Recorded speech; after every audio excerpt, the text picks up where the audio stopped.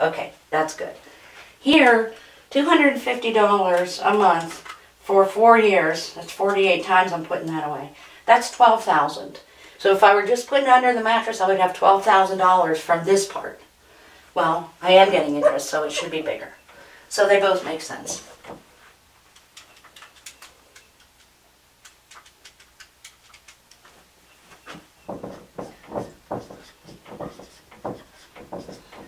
Okay, so my total is this.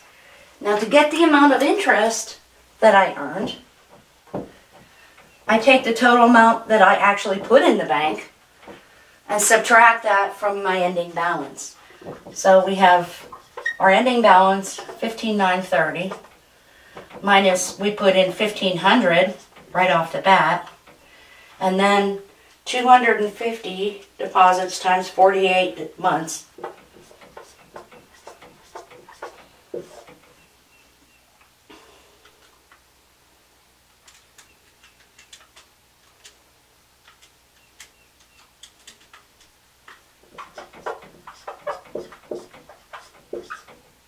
There's your total interest.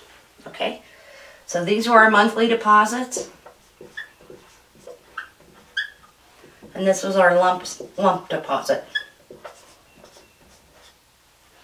Hopefully that part makes sense to you.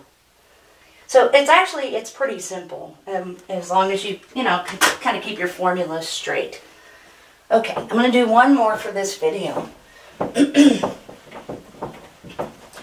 And we did something similar on the last video. But this is like a more practical kind of thing.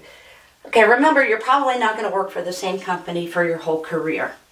So let's say that you work for Aeropostale, okay? And you work there for 10 years.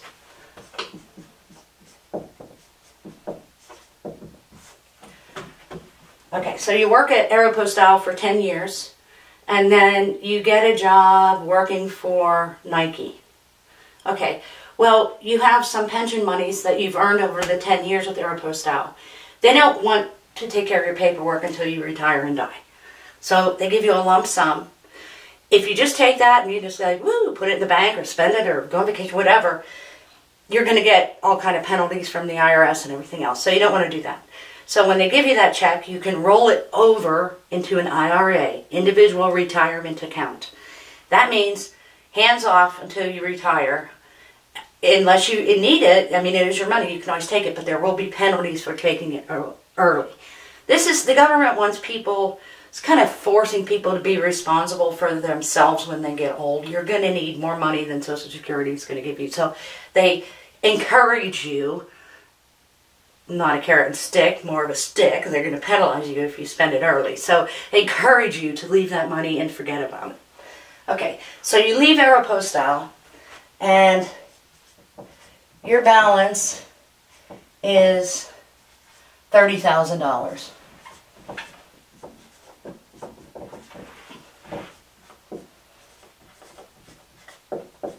Individual. This sucks so much.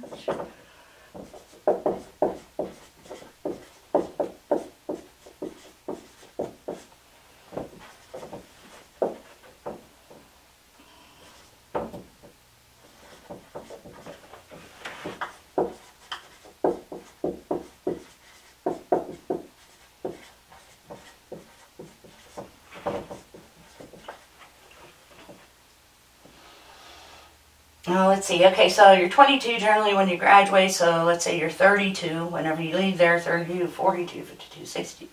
So we'll do it for 35 years. Okay, so that's the first thing. So you have this money that you've accumulated working for Aeropostale. You take it, put it into an IRA, roll it over, and it's just going to sit there and grow. You're not going to withdraw. You're not going to add to it. Interest only. Okay. In the meantime, now you have your second job working for Nike. And you're going to put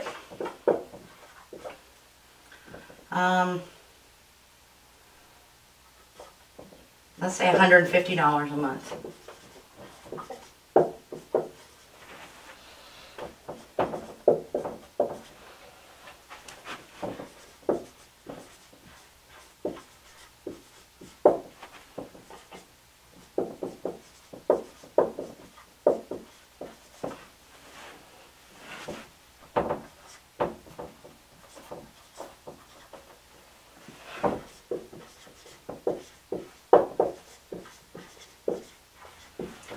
Okay, so you figure, all right, you have this chunk for the first 10 years that you were working for Aeropostale.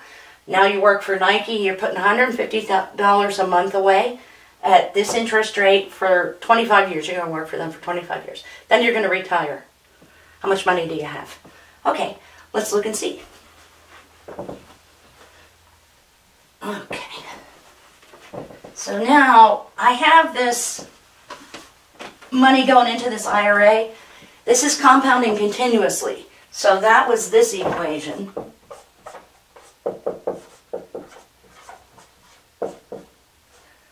Okay. Initial amount, ending amount, initial amount, that's an E. K is the rate, and T is the time. Okay. And then this, because it's every single month I'm putting the same amount away, that's going to be an annuity. So I want to see what the combined is. So I'm going to put the details over here. So 30,000 IRA, 6.8, 35 years. Okay. And then this one is $150 a month, 5.7 for 25 years.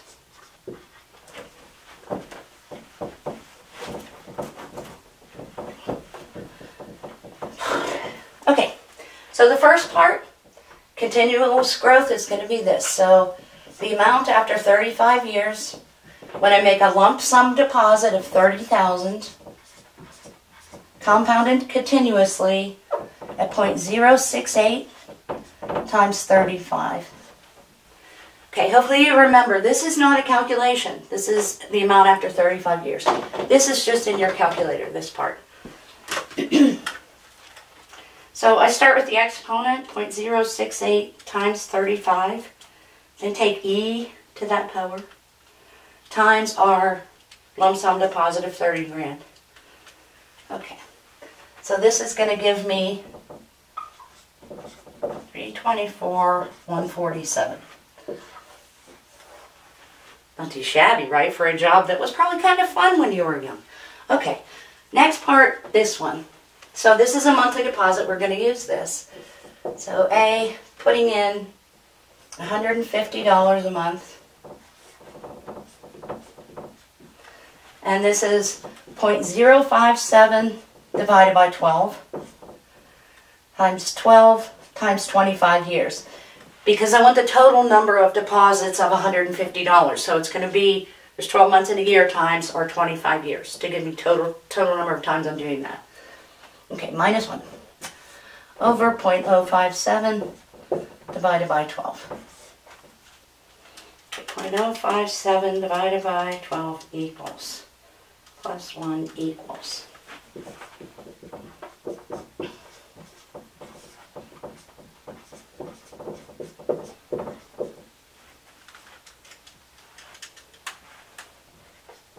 I think I would know that by now. Okay. Okay, so we take our value there, 1.00475 to the 300th power equals minus 1 equals divided by 0.00475 equals times $150.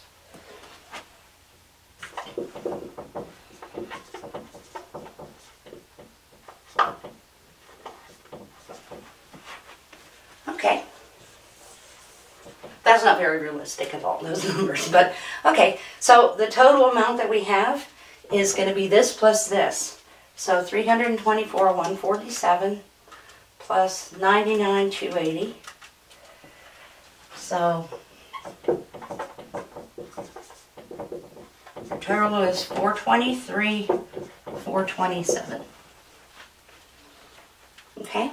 Now I'm going to ask you this question. How much interest did you earn? Okay, well, let's think.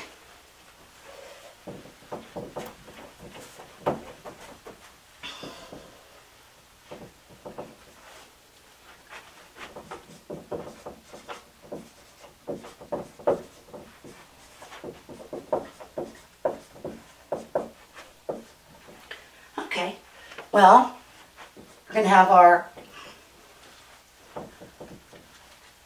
our ending amount.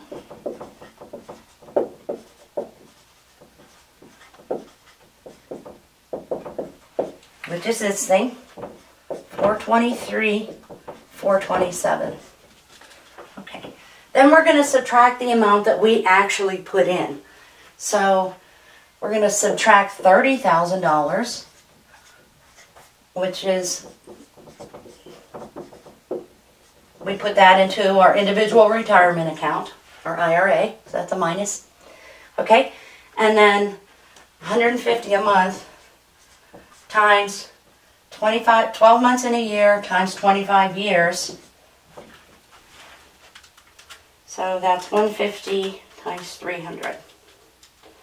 So 45,000. Really?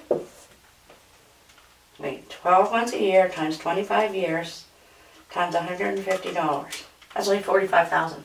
Okay, so we take our ending amount and we are going to subtract 75,000 because that's how much I actually put in. And I have 348, 427 in free money. Now, here's the deal though. I do want to tell you a little bit about the way taxes work. When you put money away every month towards retirement, like say Nike didn't give me a pension, I was a subcontractor or whatever, so I did this on my own and put it away for retirement. I can deduct the amount that I put away each year from my income taxes. So that comes right off of your income. So whenever you take a percentage of your income that you have to give to the IRS, that much would be deducted. And that's fine. I guess that's the carrot part of the carrot and the stick of getting us to be responsible and put money in the bank. Okay. Now, at the end, when you start, and when you turn 70 and a half, you're required to start taking some of your pension. I'm not sure why, but anyway, that's the rule. So, 70 and a half. Okay. Anyway, so you're going to be required to take some. And there's a minimum amount that you have to take, or you could take all of it or whatever. But you're going to end up paying taxes on the interest that this money earned. So this part is taxable. This part, no. Okay, because that's what you put away, tax-free. This part is taxable. So, the more money you earn in a year, that changes the percentage of how much you have to pay in taxes. So this is, again, a way to encourage people, don't take it all in one shot and go nuts with it.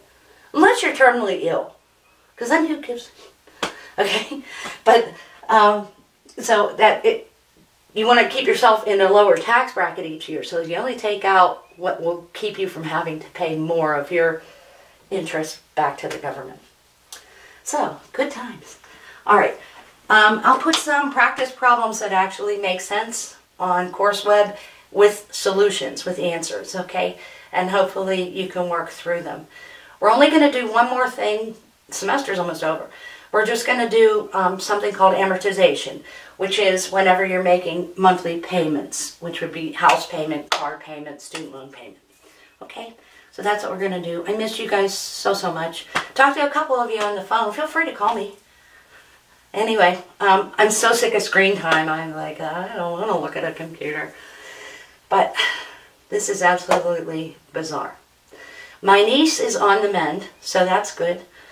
But a really close cousin of my husband, they're almost like siblings, this other family of cousins, and they're all real big and in their 60s. And one sister found the other sister almost unconscious on the floor the other day, and all we've gotten back from them is that she has pneumonia. Now that side of the family, I know them so well. If she does have coronavirus, they will lie and say she doesn't, because they don't want to be stigmatized, because well, they're not like educated. But you know, who didn't see that coming? She's a hairdresser and was doing hair up until a week and a half ago. So please, I'm staying home for you guys. You stay home for me. Love you. Love you. Bye.